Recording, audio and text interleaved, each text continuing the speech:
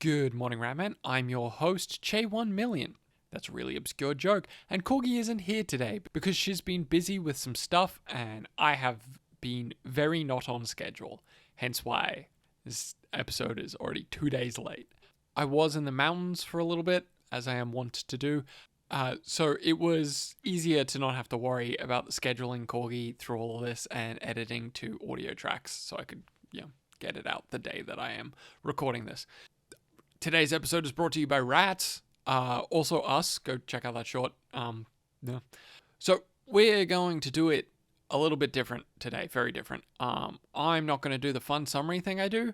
I'm just going to read the entire entry on the Golden Calf War Altar as was written. Mostly because I can't really summarize that in like a fun little wacky haha way. But also I mostly want to talk about a thing. So see you in 10 minutes. To the uninitiated, the black arts of Gotic magic are a thing of mystery, of bargains, pleas, contracts, and rituals where heretic priests, warlocks, and thaumaturges appeal to their dark patrons to wield supernatural power. Gotic spells can grant immense power to interfere with God's creation, an act of rebellion to match the divine powers on earth. Some schools of thought say it is the acts of torture, sacrifice, and torment which give the magic its power, and certain demon philosophers of the second circle point to the tyrant god granting Satan permission to torment Job. The more nihilistic and fatalist schools of thought say there is no rebellion, and believe they are simply following God's plan laid out at the very beginning of creation. They have no say in the matter. It is in their nature to persecute humanity and to eventually topple Yahweh as the world he created becomes ever more sullied and tainted. In the strictest sense, Gotic magic is not directly usable by mere mortals. While the sorcerers and other fell creatures of the court are capable of tapping directly into the swell of Gotic powers, thanks to their supernatural origins, human heretics can only act as conduits of the power infernal. Instead, the heretic priests beseech their patron demons for supernatural intervention.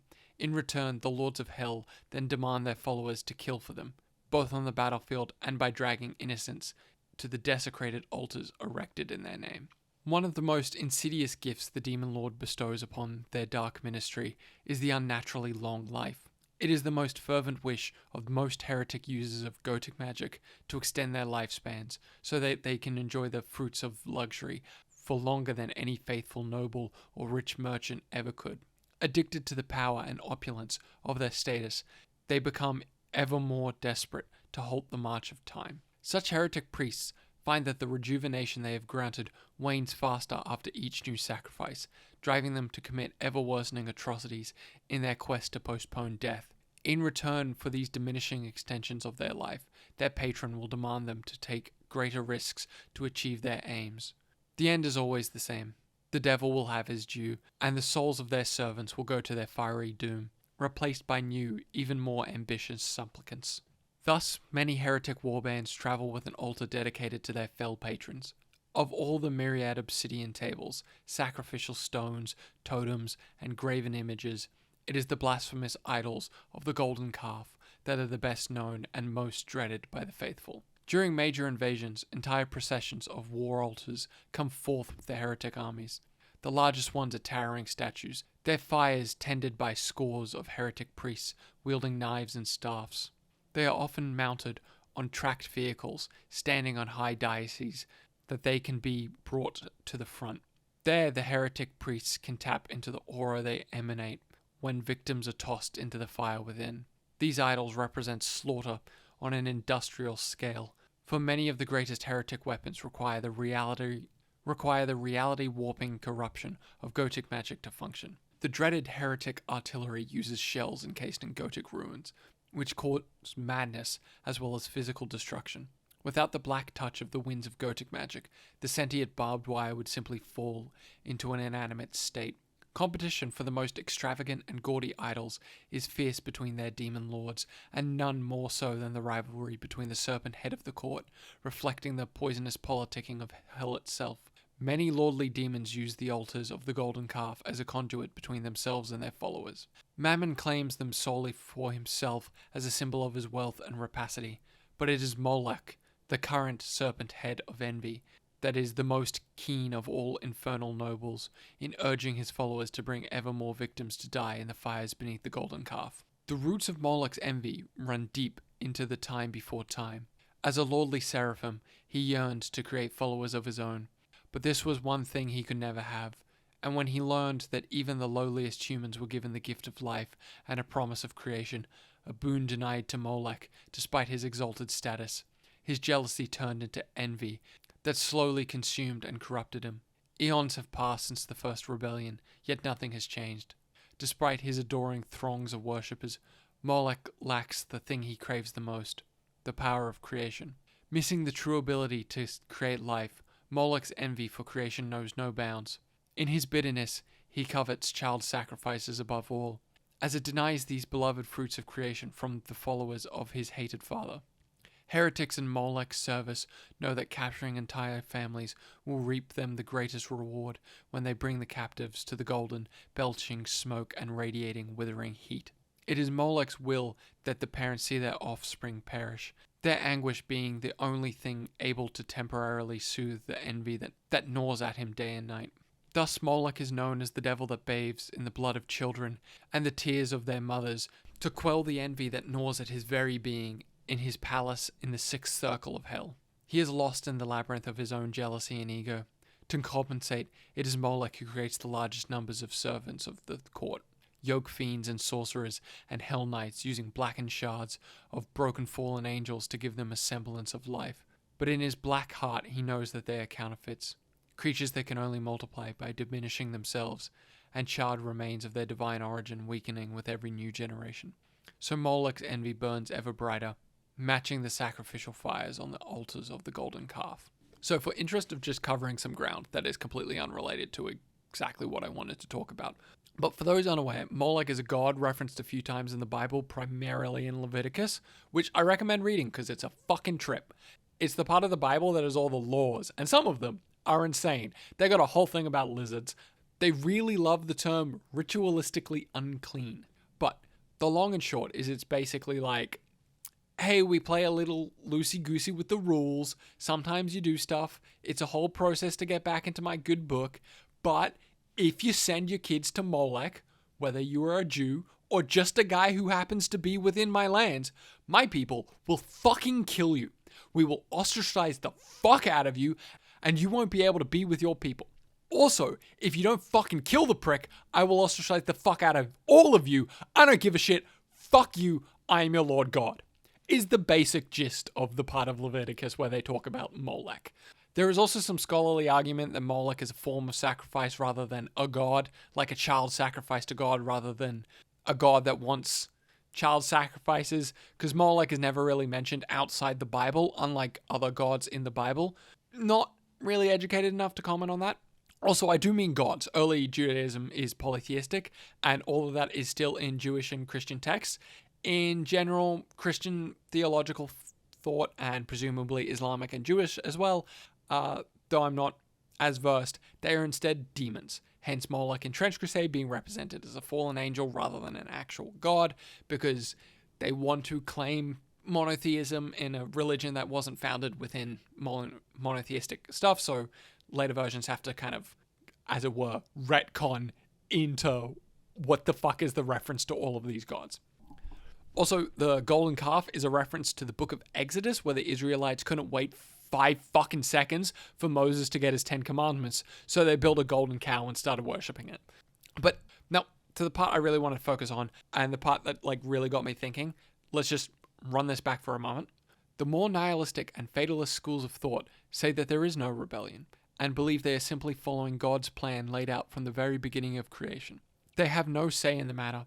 It is their nature to persecute humanity and to eventually topple Yahweh, as the world he created becomes ever more sullied and tainted. So, I didn't do a Whose Boat Is That Boat because we lacked a Corgi, but my plan here was to do a half-assed one and just send her a picture of the Quran. It would have been really fucking funny, but yeah, we didn't have her. So, we are going to go to the Quran for the next part. So at this point, I ran into a little bit of a wall with my research with conflicting schools of thought and went, fuck it, and went to an imam. This is also the point where I went to a mosque and no one was there. Like, it was open. You have to take your shoes off, and there were shoes in the racks, and I walked around and there was no one. It was fucking empty. It was eerie, to be completely honest. Just a completely empty fucking church, but there's shoes about. So clearly there was someone somewhere. Don't know what that was about. I was also talking to Corgi earlier, and she was asking how the script was going, and I told her I was at the point where I needed to start consulting the Quran, and she was very much like, oh, that's how deep we're going. Okay, so we're going off my own research, so keep in mind, I might be wrong, and some of this is going to be my own personal conjecture on things I don't believe in.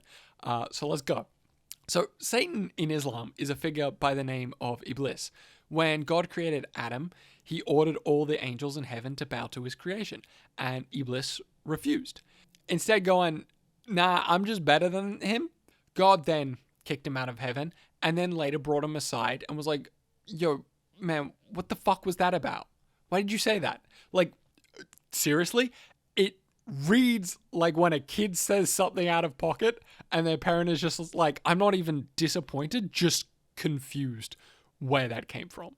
But Iblis then says, well, I'm better than him because he's made out of clay and I'm made out of fire. And God goes, okay, you're still kicked out. And Iblis then asks if he's allowed to tempt Adam and his descendants away from God. And God goes, yeah, sure, why not?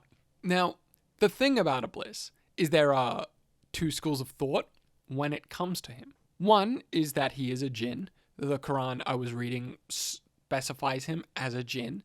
Now, this creates some problems, as we'll get into, but jinn, much like humans, are created to worship God and are capable of sin. Not contrary to, like, popular belief, not all jinn are evil. They're all over the place. They're complex creatures, much like humans. Iblis, therefore refusing God's command, must have been a sin, and therefore he has to be a jinn, and therefore he's evil. That's one school of thought. That's not the school of thought we're going to get into. Because the Quran specifically is like, and God gathered all of his angels, and then Iblis, the dickhead, said no.